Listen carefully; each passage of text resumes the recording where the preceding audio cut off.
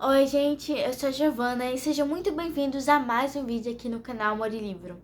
Hoje eu vou falar sobre um livro que eu terminei de ler hoje e gostei bastante, Os Crimes ABC, de Agatha Christie. Antes de começar, eu preciso fazer aquele aviso obrigatório. Esse vídeo tem spoilers, sério, muitos spoilers. E eu vou contar no final, quem é o assassino, e vou falar sobre toda a investigação, todos os detalhes. Então, se você ainda não leu o livro e pretende ler, talvez seja melhor voltar depois.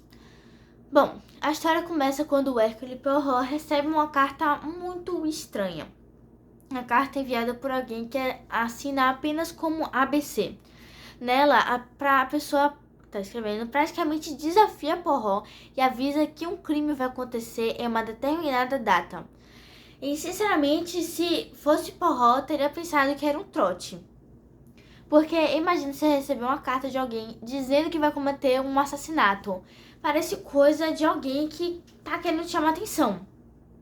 Só que, infelizmente, não era. Porque pouco tempo depois acontece o primeiro crime. A primeira vítima, infelizmente, é Alice Asher. Ela é uma senhora já mais velha que trabalha em uma pequena tabacaria em Andover. Quando ela é encontrada morta, a polícia percebe algo estranho. Perto do corpo existe um guia ferroviário ABC, que é tipo um catálogo de horários de trem. E aí começa o mistério, porque a vítima se chama Alice Asher, inicial A, e mora em Andover, também com A. Quando eu cheguei nessa parte, eu pensei, tá, isso pode ser apenas coincidência, mas eu ainda não imaginava o tamanho do plano. Depois, Poirot recebe outra carta, outra provocação, outro aviso. E eu comecei a perceber que o assassino parecia gostar de brincar com a polícia e com Poirot. Parecia que ele queria ser notado, queria mostrar o quanto era inteligente. E então acontece o segundo crime. A vítima agora é Betty Barnard, inicial B, da cidade de Bexhill, também com B. Betty é uma jovem garçonete e, na minha opinião, esse crime já deixa a história muito mais assustadora, porque no primeiro caso ainda parecia algo isolado, mas agora fica claro que existe um padrão. Betty é encontrada morta na praia, estrangulada, e novamente existe um guia ABC próximo ao corpo. Nesse momento, eu comecei a me perguntar uma coisa. Por que essas pessoas? Porque Alice e Betty não tinham praticamente nada em comum. Uma era uma jovem idosa e a outra era uma jovem. Uma trabalhava na tabacaria e a outra era garçonete. Então, qual era a ligação entre elas? Eu ficava tentando descobrir isso o tempo todo e não conseguia. Depois veio o terceiro crime. E aí é que as coisas ficam ainda mais estranhas. A vítima é Sir Carmichael Clark, inicial C, da cidade de Shurston. Sir Carmichael é um homem rico e respeitado. E aí a minha cabeça explodiu um pouco, porque novamente a vítima não parecia ter ligação nenhuma com as outras.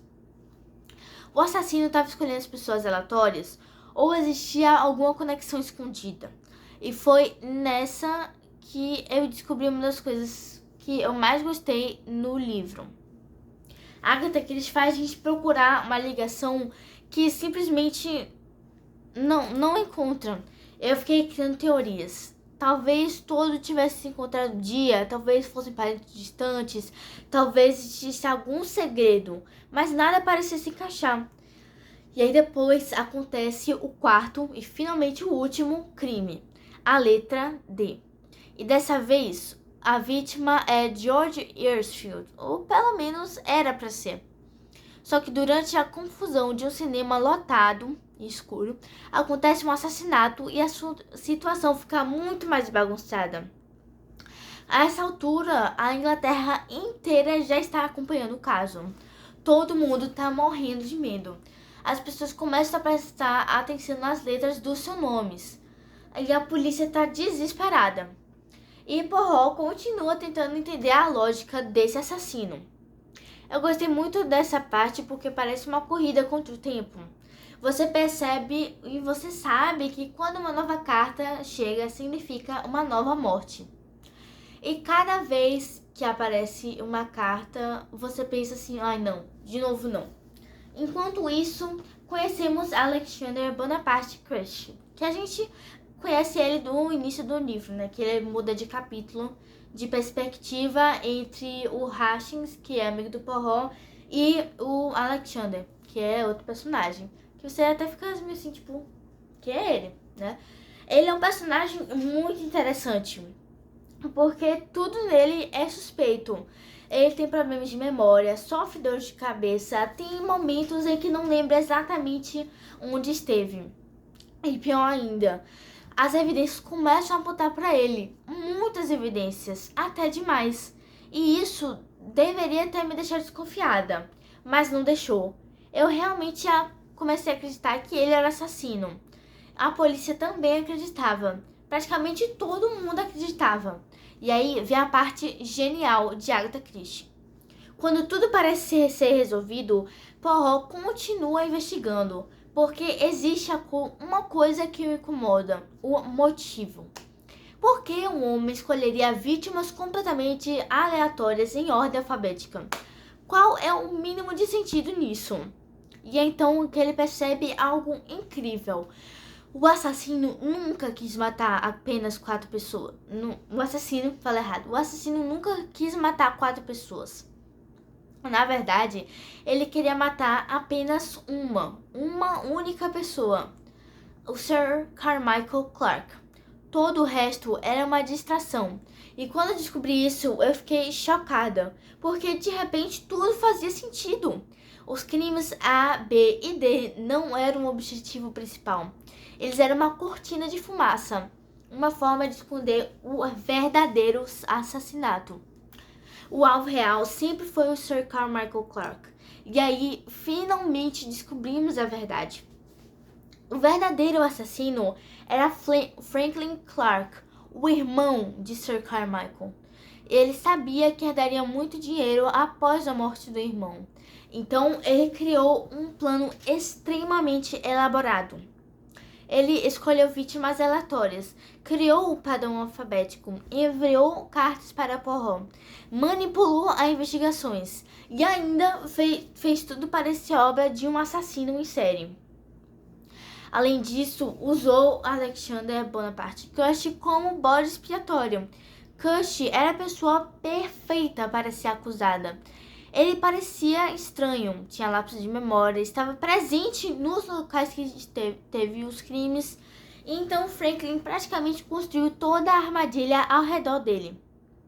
Quando a verdade foi revelada, eu fiquei impressionada, porque durante boa parte da história, Franklin parecia ser um dos mocinhos. Ele ajudava na investigação. Porque, né, no caso, o Poirot acabou criando Eita, peraí que a luz quebrou. O Poirot acabou criando um grupinho das pessoas familiares dos que tinham sido mortos. E o Franklin, né, era um deles. Peraí que a luz tá coisada. E aí, você começa a confiar no Franklin, né? Porque ele tá ajudando todo mundo na investigação, então ele é do bem, mas não. Então, ele sempre conversava com todo mundo, conversava com o Poirot, parecia preocupado em achar o assassino. E eu simplesmente não suspeitava dele. Olhando para trás, as pistas estavam lá, mas eu não vi. E isso pra mim é uma das melhores qualidades de um livro de mistério. A solução precisa surpreender, mas também precisa fazer sentido. E aqui faz muito sentido. No final das contas, os crimes ABC não é apenas uma história sobre um assassino em série. É uma história sobre um homem que criou um dos planos mais elaborados que eu já vi nos livros da Agatha Christie. E justamente por isso eu gostei tanto. Porque o mistério parece uma coisa, mas na verdade é completamente diferente. Eu facilmente daria uma nota de 9 a 10, ou talvez só 10 mesmo, para esse livro. Foi uma leitura que me prendeu do começo até o fim. E uma das melhores coisas foi tentar descobrir a solução junto com Poirot e Hastings também, né? Que ele é muito bom. Mesmo que eu tenha errado completamente. Mas agora eu quero saber de vocês. Vocês descobriram quem era o assassino antes da revelação final? Porque eu definitivamente não descobri. E se vocês já leram outros livros da Agatha Christie, me contem quais são seus favoritos. Muito obrigada por assistir e até o próximo vídeo. Tchau!